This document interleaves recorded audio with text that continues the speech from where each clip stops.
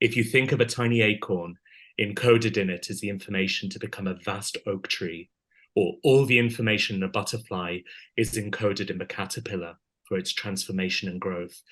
Empathy is already within us. I'm not suggesting we're oak trees or butterflies or caterpillars, but what I am saying is the world takes on whatever guise we attribute to it.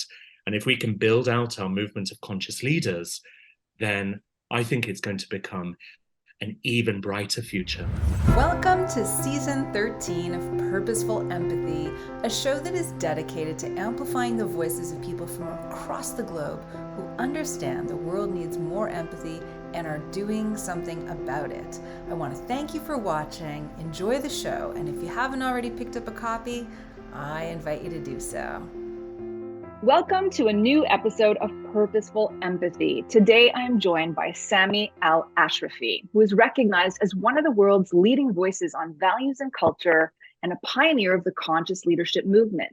He is the author of Time for Humanity, a best-selling guide to conscious leadership, and he's delivered a TED Talk, which you must watch, and we're going to include in the show notes, called Why Business Needs Our Humanity. As CEO of Marmalade Fish, Samie's on a mission to bring humanity to business. A few more biographical notes worth mentioning. Samie is a fellow of the RSA, chartered fellow of CIPD, the Institute of Leadership, and a chartered manager with CMI.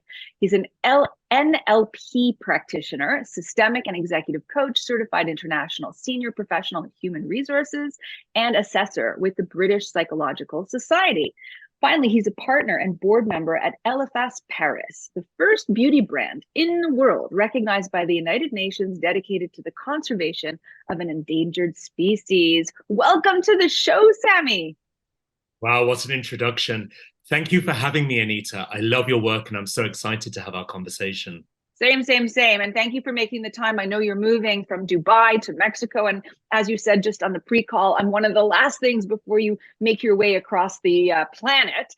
So let's start with the basic question. What do you mean when you say that you want to bring humanity to business? It's a great question. And I think that humanity, of course, is innate within us. So many of the skills or attributes, characteristics, including purposeful empathy, lie within us and are often suppressed in organizations because we tend to prioritize other things.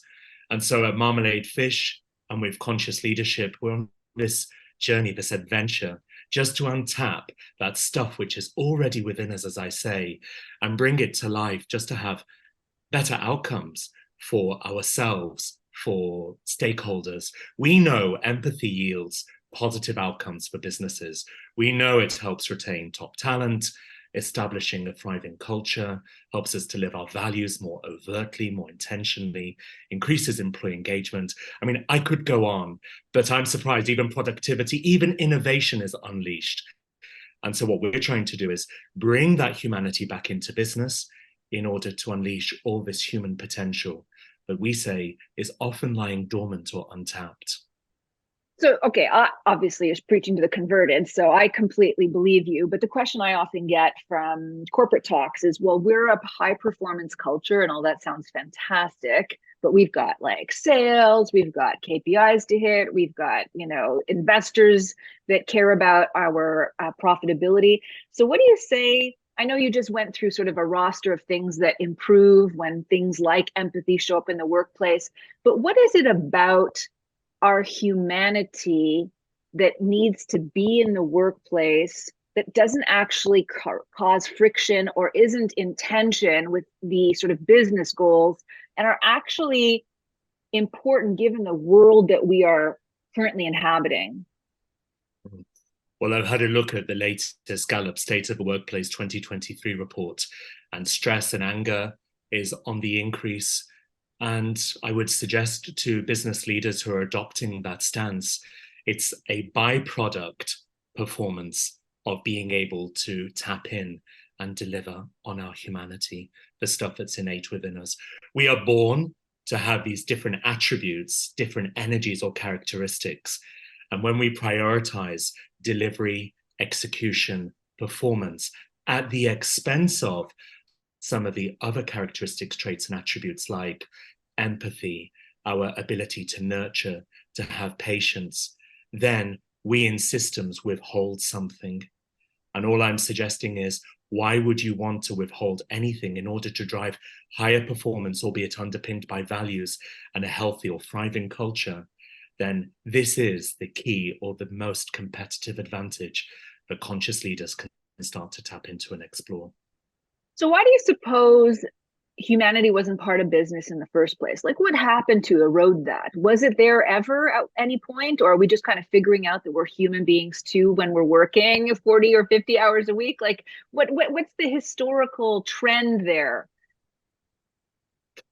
Another great question. I think something has happened in the last 50 to 60 years where we have colluded in an economic system which is producing certain results. And we could have a beautiful conversation about how capitalism has helped to uplift people from poverty around the world. And I would suggest part about retaining humanity is to keep our discernment, particularly, and I know you speak about this, Anita, with the rise of AI. So I think what's happened is over the years, we've become accustomed, which is one of the definitions of culture, silent norms and agreements and expectations that we ascribe or sign up to, that this is just the way it is. And I was speaking to my father at the weekend, my dad's Syrian, and he was telling me about my grandfather, who sadly I never met, and how back in the middle of the last century, he was having conversations with farmers around giving them higher margins for their watermelons. And isn't that the beginning of a pathway of fair living wage, as we would call it now? And so I think that, again, something is sitting within us that is dormant, and we've just become accustomed to this is the way it is. Perhaps with a lot of comparison, ego and how it shows up in business as well, I don't think really helps us. But I always say, if you think of a tiny acorn, encoded in it is the information to become a vast oak tree, or all the information in a butterfly is encoded in the caterpillar for its transformation and growth. Empathy is already within us. I'm not suggesting we're oak trees or butterflies or caterpillars, but what I am saying is the world takes on whatever guise we attribute to it. And if we can build out our movement of conscious leaders, then I think it's going to become an even brighter future. And I go back to particularly with the rise of AI. Okay, so I want to get to the AI question in a second, but I would like to know, out of curiosity, because this is the first time we're meeting, the backstory. What brought you to this? What was the path? Yeah, I had a long corporate career. I, at the age of 18, finished what in the UK, because I'm half British, is called the A levels, the advanced levels. And then I decided to take a gap year. And in that gap year, I worked at Walt Disney World in Orlando. And I think in some ways I was very fortunate at 18 to see what a very strong and healthy organizational culture could look like. And I remember after the Disney traditions, the induction, my boss, he said to me, "Your job is to create magic." And I asked him, "How?" And he said, "However you like, as long as it's in line with the Disney values."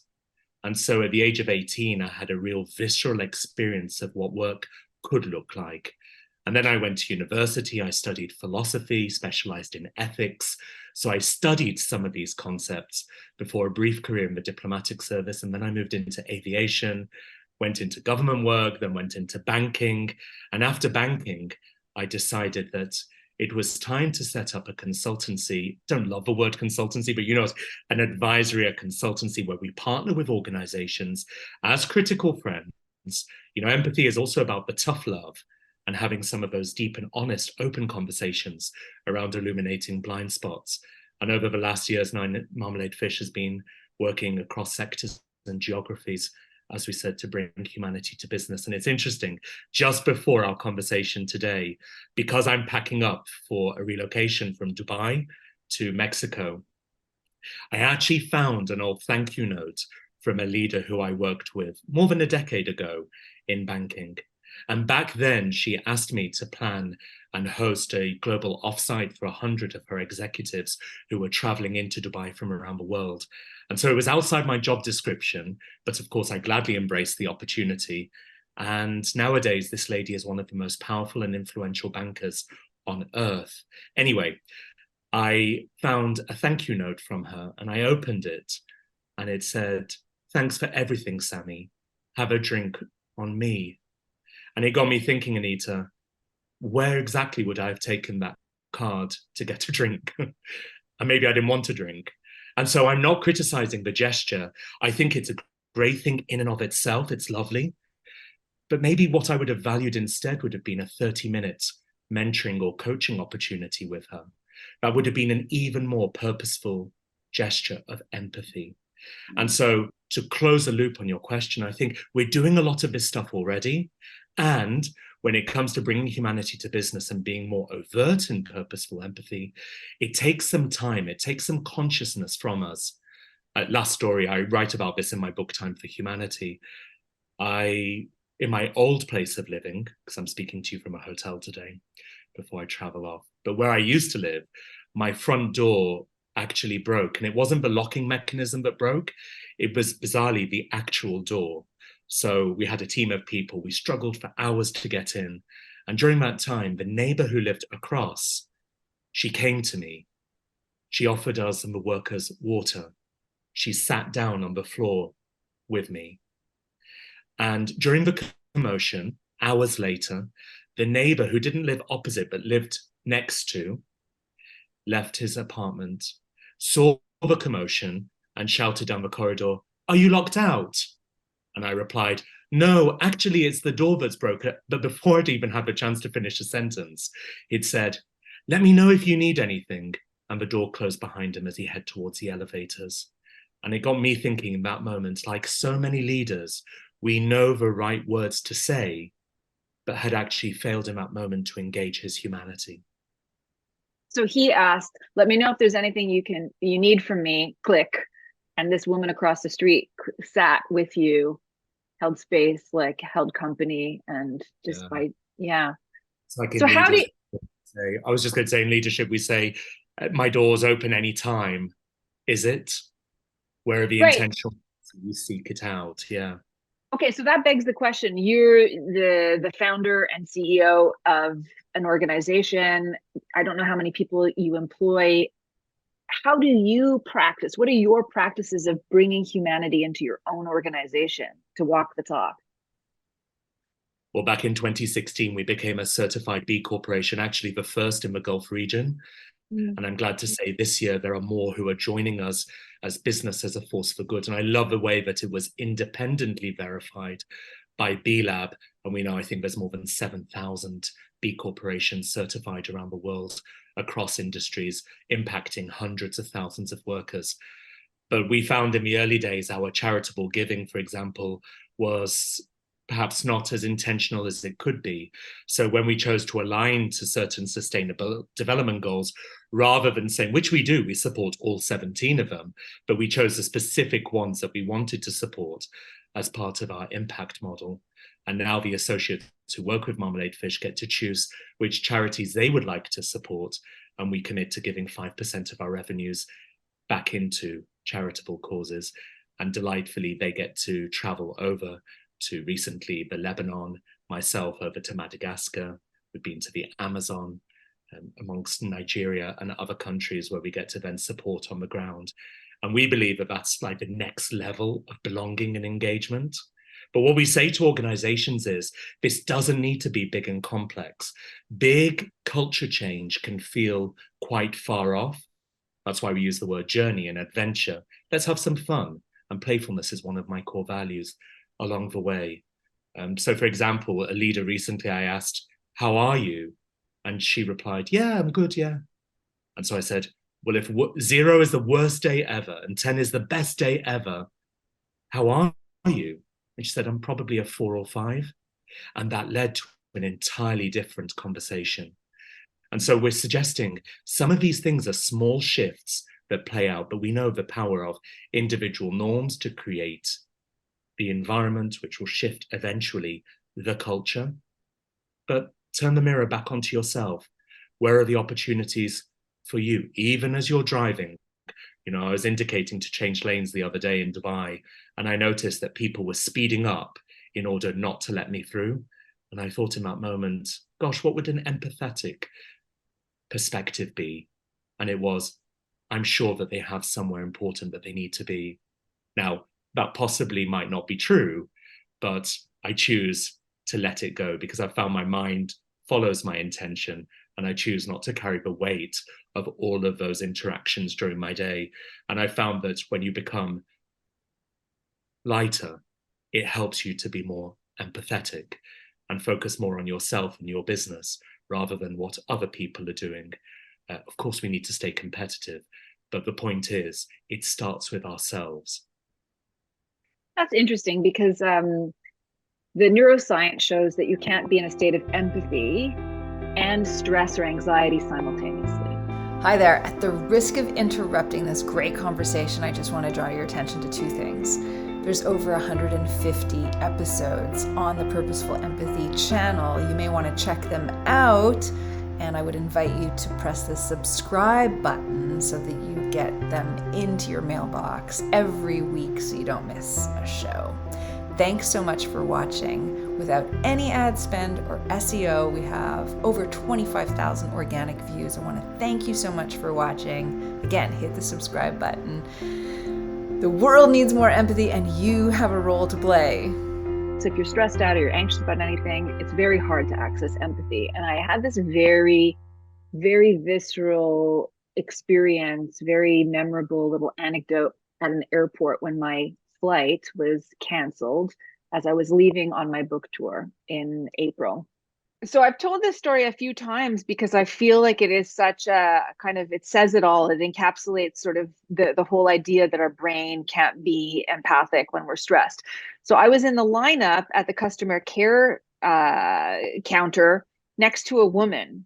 And so we were both being taken care of by two different customer care reps. And I had the brain capacity, the psychic capacity, the emotional capacity to recognize that the gentleman that was taking care of my rebooking, it wasn't his fault that my plane got canceled, right? So we were just having a little chit chat, and he was doing the best that he could. There was a long lineup of people behind him, so I knew that this was not going to be fun for him. And the lady next to me would have nothing of it. Like, she was just like, she wasn't on the plane and it was canceled, and she just like, she couldn't handle the fact that it had been canceled and she had to be on the plane. And she was extremely, extremely rude to the gentleman that was taking care of her. And I've been her in other circumstances before, so I'm not just going to, throw shade and judgment on her. All I want to point out is that because I had the capacity to be kind, I was able to access empathy. And because she was stressed out of whatever her circumstances were, she couldn't. Much like you driving in the car, that guy that didn't want to let you in, you could have just, flipped him a finger. But instead you're like, man, I guess he needs to be going somewhere. So when I think about these anecdotes, I'm like, two things come up for me. One is, we live in an extremely stressed out society. So on an aggregate level, we barely have capacity for kindness towards one another because we're constantly stressed. So how do we manage that? And then the second thing I think of is, well, I think we need to become self-aware that we're stressed in order to self-regulate. And that kind of ties in nicely with something that you wrote in the show notes, because I usually ask guests, like, so what do you want your main takeaway to be of our conversation? I just want to reflect back the words you said to me or wrote to me. You said, don't worry about changing the world. We are being called upon to change and evolve ourselves and lead a life of example. That is enough. And I've got goosebumps. So tell me more about that. Yeah, I love your story because it reminds us to work at the root of creating our own reality. And we know that we can do that through the power of thought.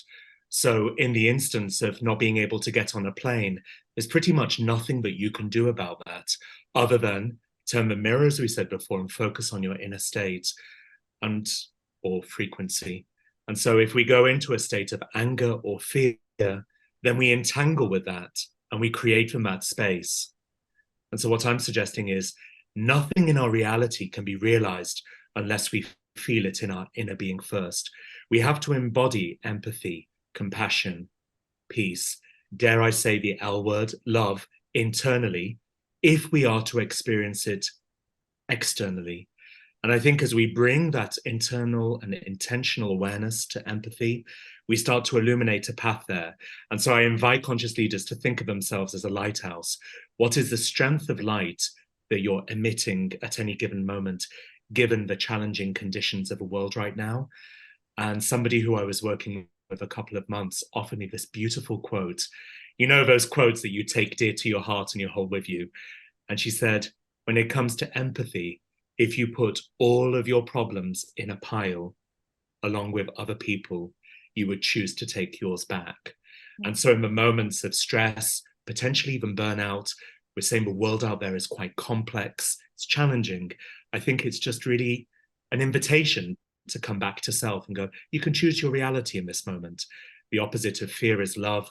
The opposite of victim is an empowered co-creator. And I don't really think there's many places in between. I think that's one of the few instances where it is a polarity. So are you coming across any resistance at all? Because I imagine like some people who are kind of leaning into the vibrational field or the inner development goals. For example, you mentioned the SDGs, the Sustainable Development Goals. I don't know if you're familiar with the IDGs out of Sweden. But do you sense that there's a growing openness from leaders to this messaging? Or do you still feel it's like too woo-woo for a lot of people? Yeah, I think it is woo-woo for a lot of people, but I've seen a few goodbye posts lately on LinkedIn of people in their final stages of terminal illness. And what really struck me, Anita, was their sentiments were repeated. They were consistent across people from different geographies and different national cultures. And they were saying stuff like signing off to focus on what's important, to be with my loved ones for my limited time left on the planet. And I think more people are awakening to this idea of what if we were to lead in life and in business from that awareness? Because under the guise of leadership comes an awful lot of egotism. And what we're suggesting is imagine a world if the power only resided in those who knew their true nature. And the challenge is, how do you then make a case for it that feels commercial? So we're speaking the same language as the people who might see this path emerging. They might be in that liminal space. They know something is crumbling and something else is about to be born. But I run conscious leadership retreats and workshops around the world, and I want to recognize often one of the things that comes up during the course of a workshop is, this is all well and good, Samie, or associate who's facilitating the program, but I have bills to pay. And so I recognize that I'm propping up to an extent a toxic system. My boss might be demonstrating certain narcissistic tendencies. I'm disengaged and withholding my full self from work. And I might choose unhelpfully to stay quiet and fit in order to look good because I do have a mortgage to pay. And that's totally understandable. Right. So it's not straightforward, right? Because I also think, how do people create the kind of human workplace if they don't have the system and the leadership that it requires? Is the answer leave your workplace, or is there something else you can do within that space despite a toxic work environment? I think it's about pressing pause where possible and turning to look at any blind spots and reconnect with your individual purpose. In one of my more recent books, I say, your humanity to humanity could be your legacy. And I think it just involves us to slow down. I was speaking with a business leader outside of work recently, and my beloved cat, Mr. Gurkles, he lived to the grand age of 18. And of course, that is the upper age limit. He was a geriatric cat and he died. So the leader kindly asked me, how's your cat? And I said, oh, he died. And in that moment, there was no pause. She replied, oh, well, he lived a long life. Have you got another pet yet? And it's true to say, I'm blessed he lived a long life. It is also true to say, I'm grateful that she asked. But compare that with an alternative response, which is, I'm sorry for your loss. I'm here for you. And I think in this complex world, we're so used to, as leaders, providing solutions. Actually, what's emerging, there might not be a solution that is ready-made. It might be something that is emergent. And so in that sense, if we're going to consider what's needed or being called forth, I guess the invitation to conscious leaders is, how do we shift from doing to being, and asking that question around, do you care for or about your people? And with these small shifts, I think we'll be able to navigate through the complexity. I love a way that we're keeping the conversation real, because the reality out there, even though we said we can choose our inner state and the power of our thoughts to create and shape our reality, we're not saying it's rose tinted. We're not saying it's all rosy out there. Mm, mm. Yeah. Okay. Penultimate question. What practices do you personally have to keep you as a conscious leader? And what practices do you think are a good on-ramp for people who are interested in exploring this? The saying, life is what you make it, is kind of part of my credo. And so I'm clear on my core values, my credo. I believe part of my purpose is to bring humanity to business. And when I do those things, I light up, or I follow my bliss. And so I think that if the world out there is what we think about, and in systemics, interestingly, what we judge, we become, part of my journey has become less judgmental. And can we accept to the stuff out there rather than necessarily having to accept with it? On the 1st of January every year, I go on what I call a spiritual journey, but it's allowing me to fall into the different levels of listening. I go quiet, and it's taken me to incredible places, from Tibet to Rwanda to this year, Bhutan. Imagine a country without a single traffic light.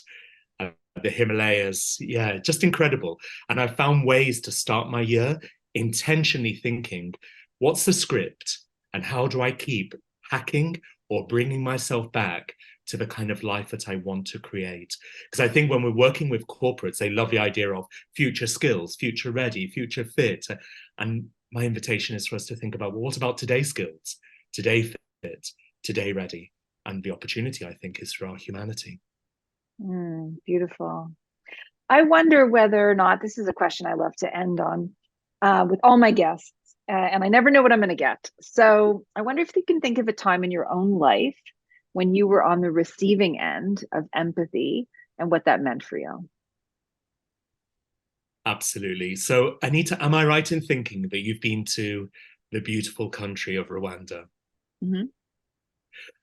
So I went on one of my spiritual journeys over there. It was actually during the pandemic. And before going, I don't think I had grasped what arduous meant. But you might remember that mountain adventure in the Volcanoes National Park. And it's a place where you can go as a traveler and you might see gorillas. So I arrived and I was part of a group tour. Yeah, try and get your head around. I had a stick, knees deep in the mud, literally to my knees. As I said, it was during the pandemic. So we had a mask on as well, stinging ants and nettles. I also have asthma, and I don't normally talk about this in public, but I also have a degenerative inflammatory spinal disease, even though I might appear strong. Anyway, the leader of our group did a briefing before we all set off, and we said hi hellos between the group members. I'm not even sure that leader knew my name, but next thing, he was off with the rest of the group, far into the distance. And if we think business, let's call them the talent. Because honestly, Anita, they must have been like young Olympians. They were so fit and they could match his pace. So occasionally I was constantly trying to catch up, and looking bored, sometimes they would stop for me. In doing so, they had their break, but I never got a break because by the time I reached them, they restarted again. And of course, seeing gorillas was the last thing on my mind.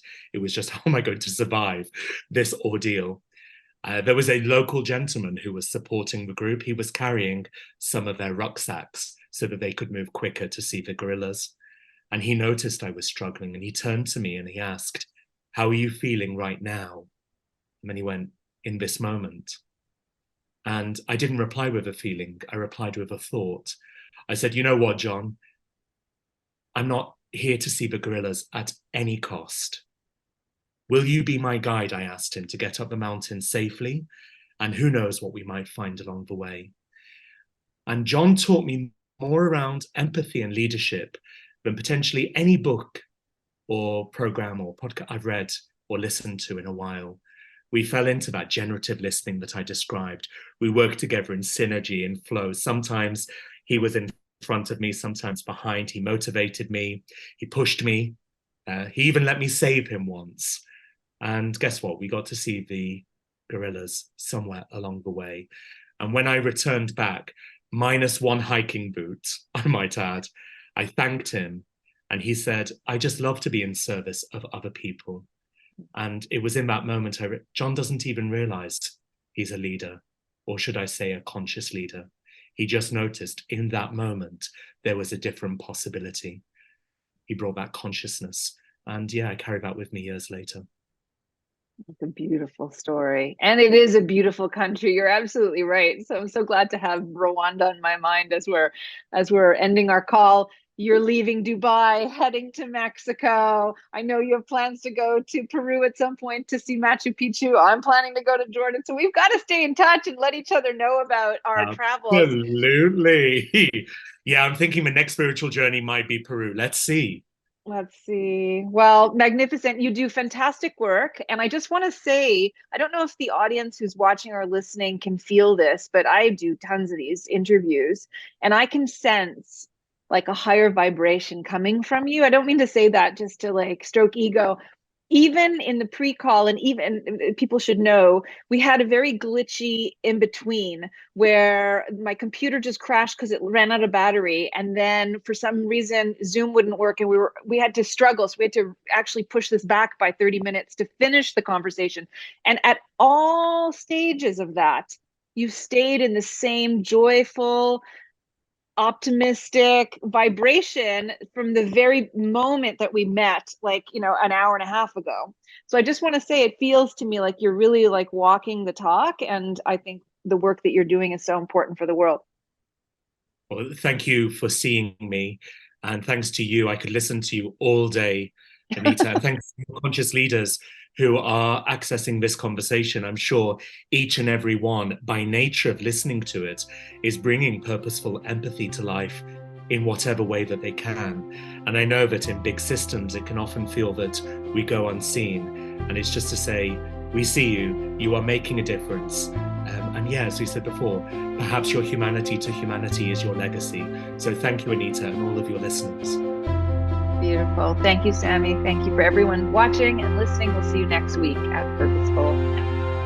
Thanks so much for watching this episode, and I hope you'll consider subscribing to the channel. Purposeful Empathy is devoted to amplifying the voices of people from across the globe who understand the world needs more empathy and are doing something about it. You've just done something about it by watching the show. Again, subscribe if you can, and consider picking up a copy today.